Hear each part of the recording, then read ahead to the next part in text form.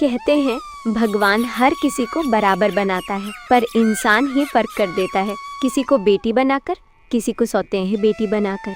ये कहानी है एक सीधी साधी लड़की आरती की, जिसकी माँ का देहांत उसके जन्म के समय ही हो गया था। पिता ने दूसरी शादी की, लेकिन सौतेली माँ कुसुम ने उसे कभी अपनी बेटी नहीं माना। हे भगवान, आज फिर देर हो गई, माँ फिर से चिल्लाएंगी। कहाँ मर गई आरती? चाय कहाँ है मेरी? माँ, अभी लाई, पानी गर्म हो रहा है। नेहा दिन भर अपनी सहेलियों के साथ हंसती गाती घूमती रहती थी। क्या तूने सुना? कल वाले मेले में अजय आया था। उसके पिता शहर के सबसे बड़े व्यापारी हैं। अरे नेहा, तू तो पूरे गांव की सबसे खूबसूरत लड़की है। तेरी शादी तो अजय से ही होगी। गांव की गलियों में नेहा का राज था और घर की चार दीवारी में आरती का दर्द। काश मेरा भी कोई होता जो मुझसे प्यार से बात करता। पता नहीं पिताजी कब आएंगे। भगवान, सब कहते हैं तू न्याय करता है, फिर मेरे हिस्से में इतना अंधेरा क्यों? कुसुम अपने पति से फोन पर बात कर रही थी। हाँ जी, सब ठीक है। नेहा की तबीयत का थोड़ा ध्यान रखना पड़ रहा है। आरती तो एकदम खुश है, आप उसकी चिंता मत करो, मैं उसका पूरा ख्याल रखती हूँ। लेकिन असलियत कुछ और ही थी। आरती की जिंदगी की ये तो बस शुरुआत थी। अभी तो उसके नसीब में और भी इम्तिहान बाकी थे। अरे सुनो, वो चंदू काका का बेटा अजय शहर से लौटा है। बड़ा अच्छा लड़का है, सरकारी नौकरी करता है। वो लोग अजय की शादी करवाना चाहते हैं। मैं सोच रही थी क्यों ना तुम्हारी बेटी आरती का रिश्ता वहाँ करवा दें। अरे बुआ जी, आप तो मजाक करती हैं। आरती अभी बहुत छोटी है, उसका तो घर के काम में मन ही नहीं लगता है, और फिर वो थोड़ी कमजोर भी है। कौन करेगा शादी ऐसी लड़की से? क्या बात करती हो कुसुम? आरती तो पूरे घर का काम अकेले करती है, सुबह से रात तक लगी रहती है। और छोटी कहाँ है? नेहा से तो 1 साल बड़ी है। अरे नहीं नहीं, असल में आरती की कुंडली में थोड़ा दोष है। एक पंडित ने कहा था उसकी शादी जल्दी कर दी तो घर टूट जाएगा, इसलिए तो मैं अभी कुछ नहीं सोच रही हूँ। शांति चाची की आंखों में सवाल थे। उन्हें दिख रहा था कि कुसुम आरती की शादी नहीं करवाना चाहती। माँ, अजय मेरे लिए अच्छा रहेगा क्या? वो तो मुझे मेले में देख रहा था, मुझे तो लगता है वो मुझे पसंद करता है। बिल्कुल मेरी नेहा बेटी, तू तो राजकुमारी है। मैं तुझे अच्छे से अच्छे घर में ब्याहूंगी, तू चिंता मत कर, तेरे रास्ते में कोई नहीं आएगा। पर मालूम है, लोग तो उस मनहूस आरती की बात कर रहे हैं। कहीं उसकी शादी अजय से हो गई तो? कहाँ आरती और कहाँ तू? मैं कौन सी बेवकूफ हूँ? मेरे लाडो, आरती के लिए मैं तो ऐसी बहाने बनाती रहूंगी जब तक तेरी शादी ना हो जाए। आरती सब सुन रही थी। हर शब्द तीर बनकर उसके दिल में उतर रहा था, पर उसने कुछ नहीं कहा, क्योंकि उसे अब इन सब बातों की आदत हो गई थी। अरे कुसुम बहन, बाहर तो आओ। मेरे देवर का लड़का है, अच्छे कॉलेज में पढ़ा लिखा है, गांव में घर है, खेती बाड़ी भी है। मैं चाह रही थी कि आरती के लिए बात चलाऊं। अरे हाय हाय, आपको किसी ने नहीं बताया क्या? आरती को बुखार रहता है और उसका स्वभाव भी कुछ अलग है। आपको बाद में पछताना पड़ेगा, मैं पहले ही बता रही हूँ। अरे पर लड़की तो बड़ी सीधी साधी है, कामकाज भी अच्छा कर लेती है। सीधी सीधी नहीं, जिद्दी और चुप रहने वाली है। मैं माँ हूँ उसकी, मुझे पता है, और वो खुद भी अभी शादी नहीं करना चाहती है। हर बार कोई रिश्ता आता और हर बार सौतेली माँ अपने झूठ से सब कुछ बर्बाद कर देती। उसे डर था कहीं आरती की किस्मत चमक गई तो वो उसकी बेटी नेहा की बराबरी करने लगेगी। आज घर में सौतेली माँ ने खुद अजय और उसके माता पिता को घर बुलाया था, नेहा का रिश्ता तय करवाने के लिए। सुबह से ही नेहा आईने के सामने खड़ी थी, बालों में फूल, चेहरे पर मेकअप और होठों पर बनावटी मुस्कान। वहीं दूसरी ओर रसोई में चूल्हा जल चुका था और आरती चाय और समोसे बनाने में जुटी थी। उसकी आंखों में आज कुछ और ही था, न कोई उम्मीद, न कोई शिकायत।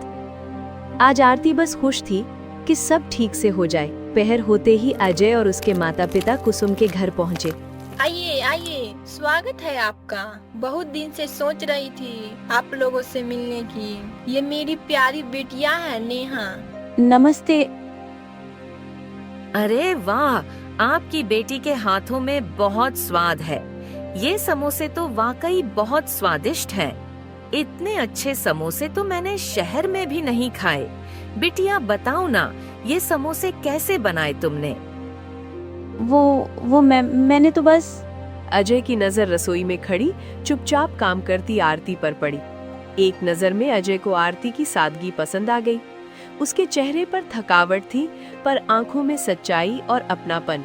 अरे कुसुम बहन, आपकी रसोई में कौन है? लगता है किसी और के हाथ का जादू है। नहीं नहीं, ये सब नेहा ने ही बनाई है। अजय और उसकी माँ दोनों समझ चुके थे कि समोसे किसके हाथ के थे और कौन झूठ बोल रहा था। बेटी, तुम बता सकती हो कि इतने स्वादिष्ट समोसे कैसे बनते हैं?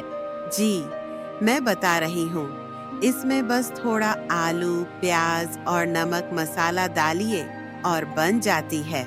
अब सौतेली माँ को डर लगने लगा था। वो जल्दी से बात पलटने लगी। देखिए, आरती तो अभी बच्ची है, उसकी कुंडली में दोष है। हमारे पंडित ने कहा था अगर उसकी शादी जल्दी हुई तो पति पर असर पड़ेगा। ये कैसा बहाना है? अभी आपने कहा था कि वो बच्ची है, अब कुंडली दोष आ गया ऊपर से।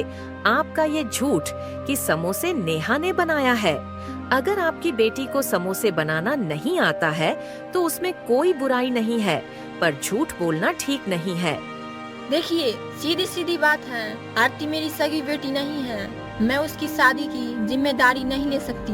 आपको रिश्ता करना है तो नेहा से कीजिए, वरना आप जा सकते हैं। घर में सन्नाटा छा गया। अजय और उसके माता पिता वहाँ से उठकर चले गए। मनहूस कहीं की, समोसे ने नेहा नहीं बनाया। क्यों बताई? और क्यों रसोई में से तुम आई? जानबूझकर आई ताकि अजय तुमको पसंद कर ले? तू मनहूस है, जब भी कोई हमारे घर आता है तू बीच में आ जाती है। क्यों आई रसोई से तू? क्यों बताया कि समोसे तूने बनाया है?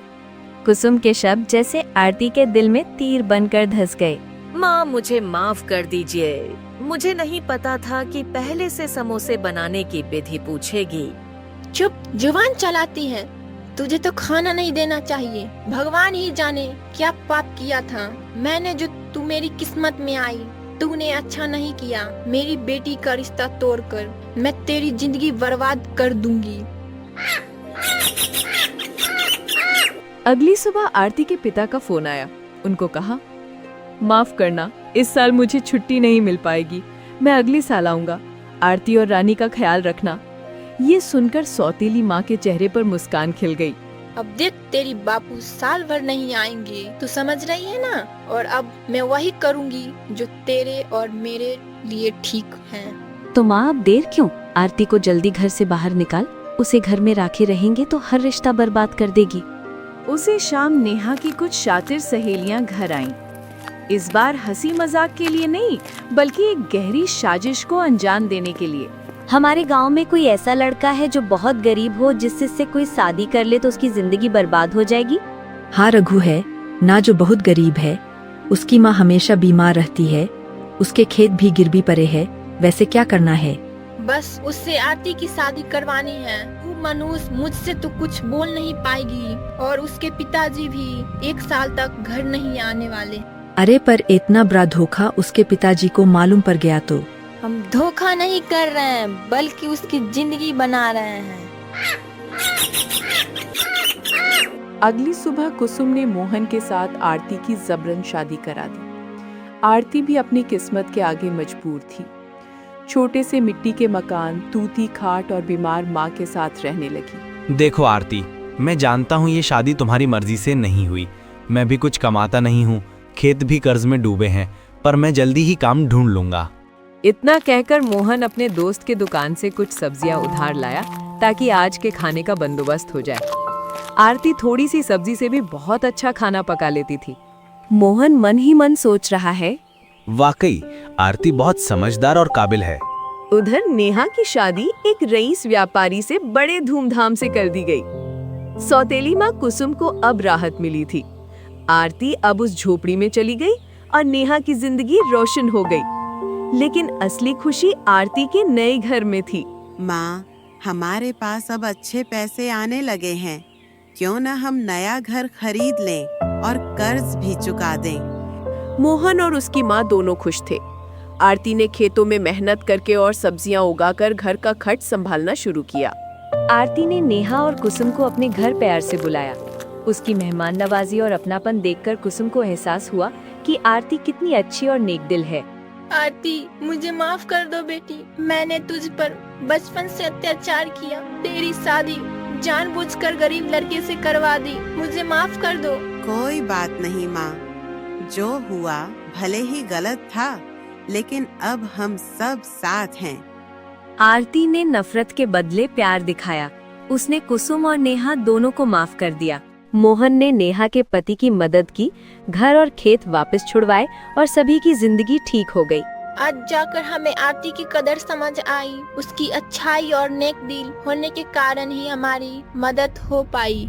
जिंदगी में भले ही रिश्तों पर बादल छा जाएं, लेकिन सच्चे दिल और अच्छे कर्म कभी खाली नहीं जाते। नफरत के बदले प्यार देने वाला अंत में सबसे बड़ा बनता है। कर्मों का फल हर किसी को जरूर मिलता है। बिना रस्सी के कैसे मैं ले जाऊं लकड़ियाँ? तभी वहाँ पर एक नाग आता है और बोलता है, चार मुसुक्का क्यों रो रही हो? मेरी माँ ने बोली है बिना रस्सी के लकड़ियाँ लेके आने के लिए। मेरे पास इतनी सारी लकड़ियाँ हैं, अब मैं कैसे लेके जाऊँ? मुझे समझ नहीं आ रहा है। नाग सोचता है और कुछ देर बाद बोलता है, अगर तुम मुझसे शादी करोगी तो लकड़ियाँ मैं तुम्हारे घर ले जाऊंगा। आपको मेरे पिताजी से बात करनी होगी। नाग दिन भर जंगल में रहता है, रात होते ही घर में आ जाता है।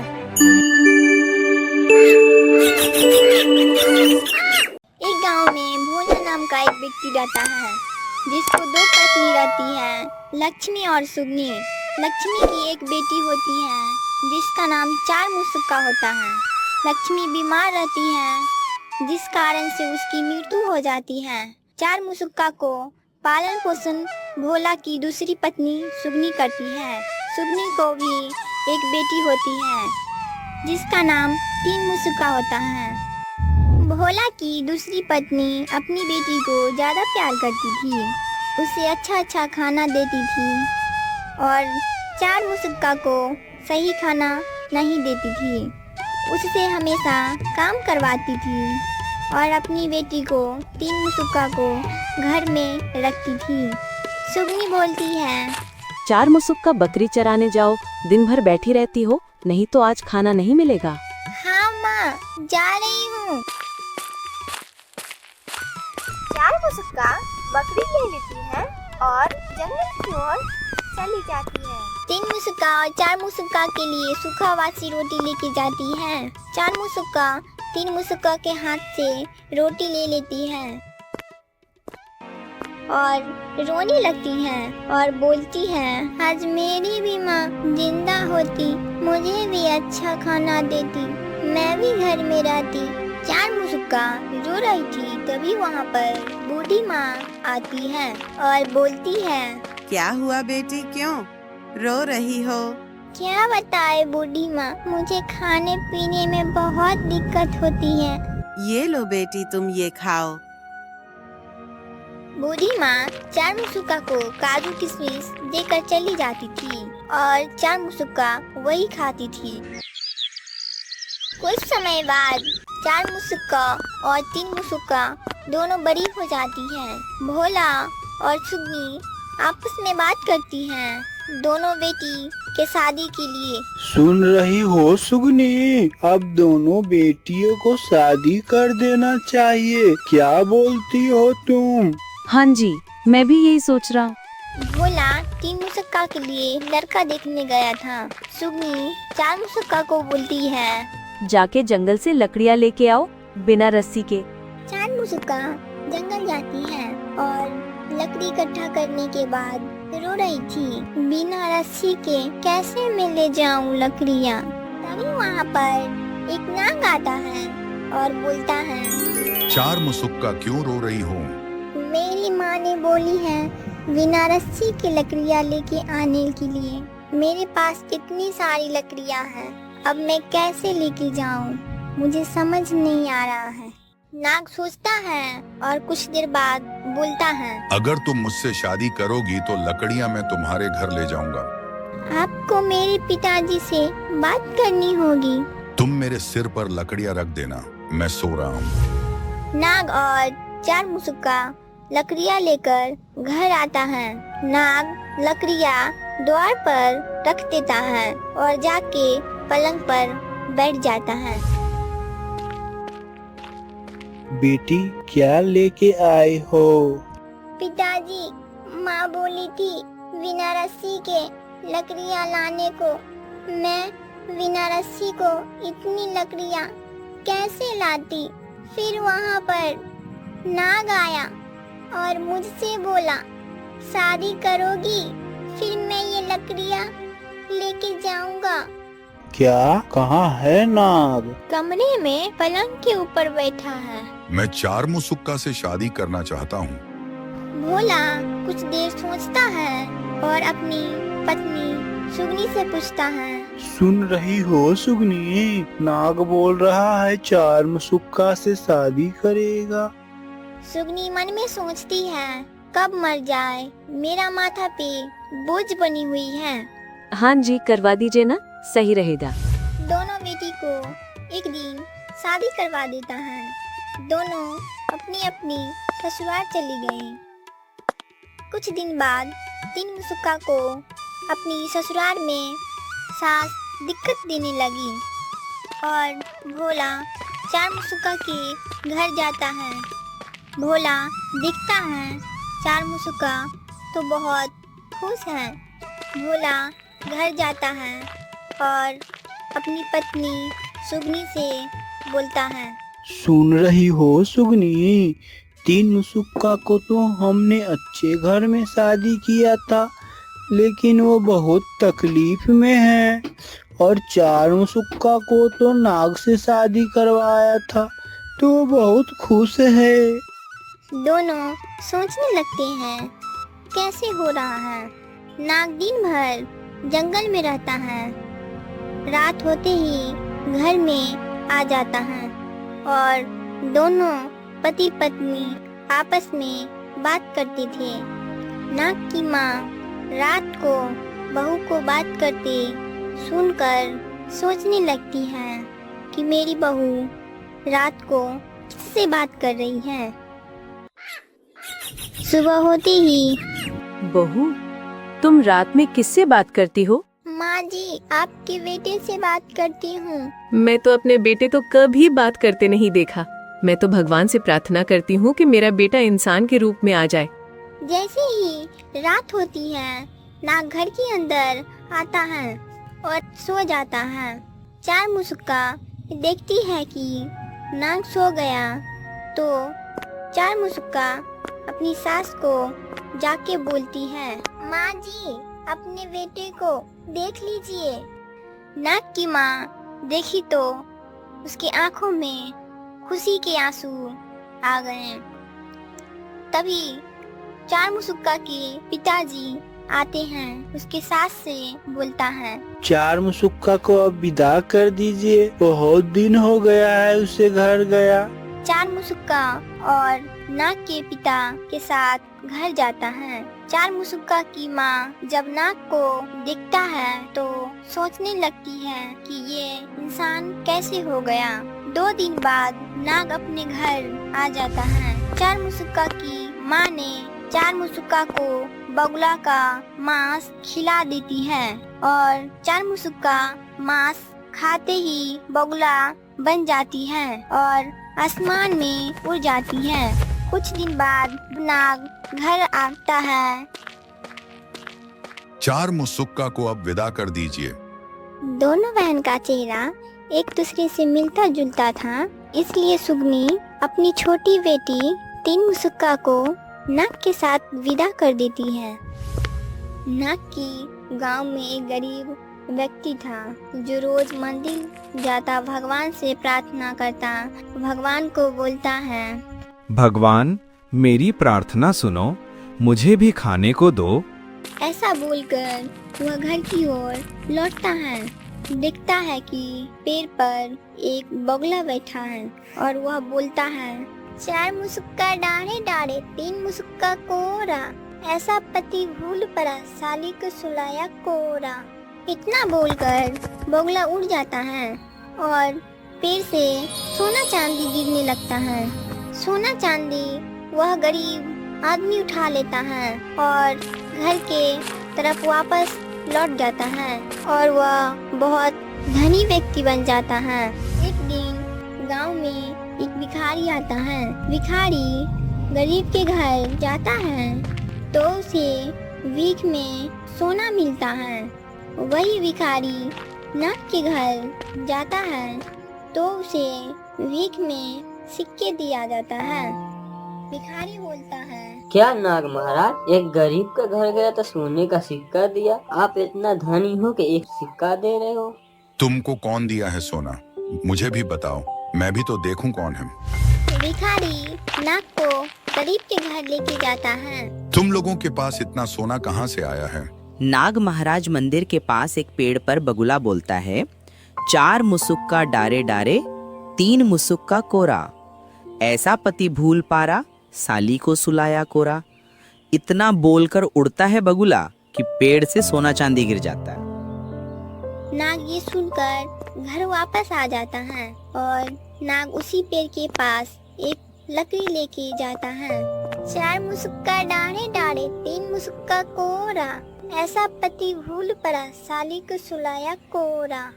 इतना बोलकर बगुला उड़ता है कि नाग उसे लकड़ी से मारता है। बगुला फिर से 4 मुसुक्का बन जाती है। 4 मुसुक्का। तुम यहाँ क्या कर रही हो? मेरी माँ ने मुझे बगुला का मीट खिला दी, जिससे मैं बगुला बन गई और माँ ने मेरी छोटी बहन 3 मुसुक्का को आपके साथ विदा कर दी। ठीक है, चलो घर चलते हैं। नाग 4 मुसुक्का को अपने घर ले जाता है और 3 मुसुक्का को उसके अपने घर पहुंचा देता है।